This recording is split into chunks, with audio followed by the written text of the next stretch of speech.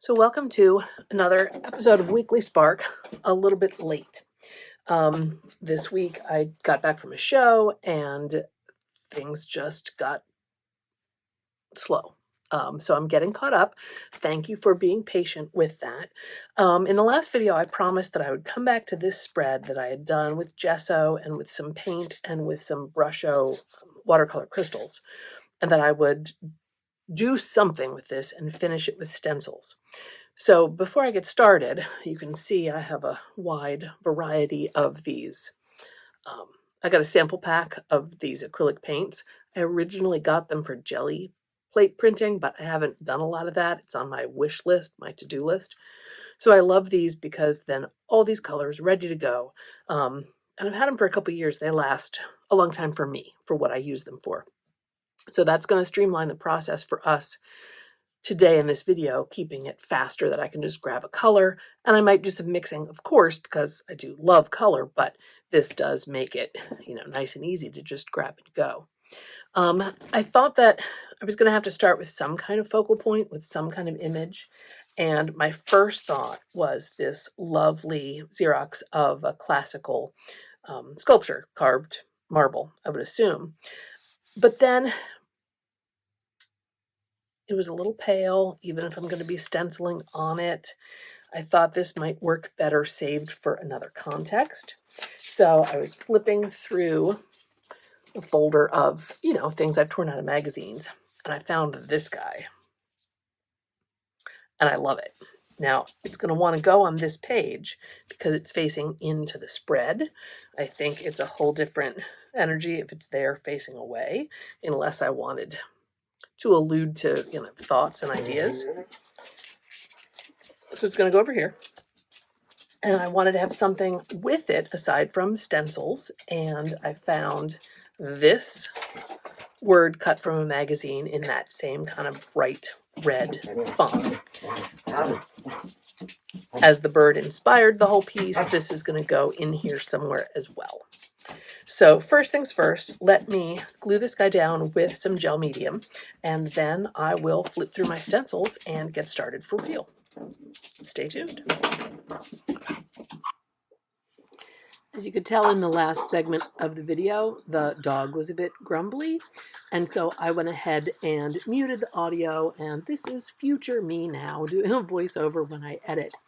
So before I turn on some lovely YouTube music and let you sit back and watch this layered stencil process, just thought I would take a sec to say, please feel free to like this video, to subscribe to the channel, to hit the notification bell, and do all those standard YouTube things. That is really appreciated, and usually these videos will come out on Wednesdays, barring some, extreme circumstances like this week. So enjoy this process on this spread, and I hope to see you next week.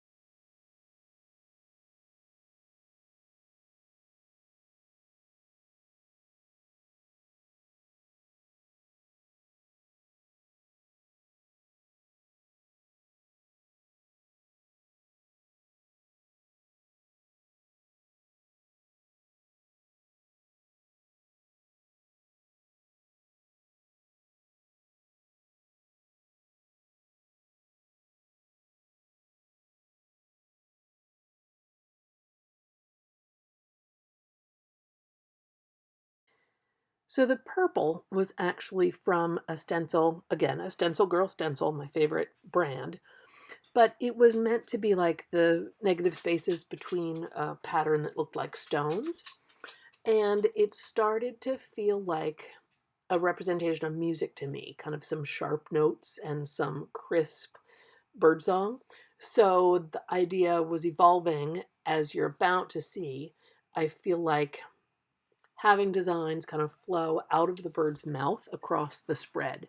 So I have these sharp triangular purple tones, and now I'm going to do some of these swirly tones. I am using a dirty brush, and so I'm going to do this in turquoise. Again, future me. Going to do this in turquoise, but we are going to get some blending. So that doesn't bother me. I mean, obviously, if it had, I would have washed up my brush or grabbed a new one. Keep an eye on a future part in this video when I'm stenciling some flowers, because using the pinks and the yellows and some orange and a dirty brush really gives me some nice blending of tones and keeping them looking very related.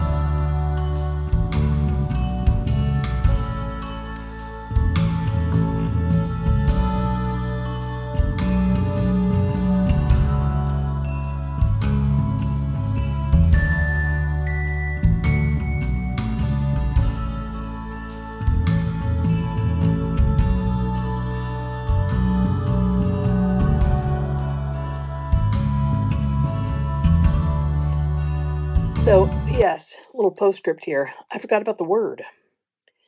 And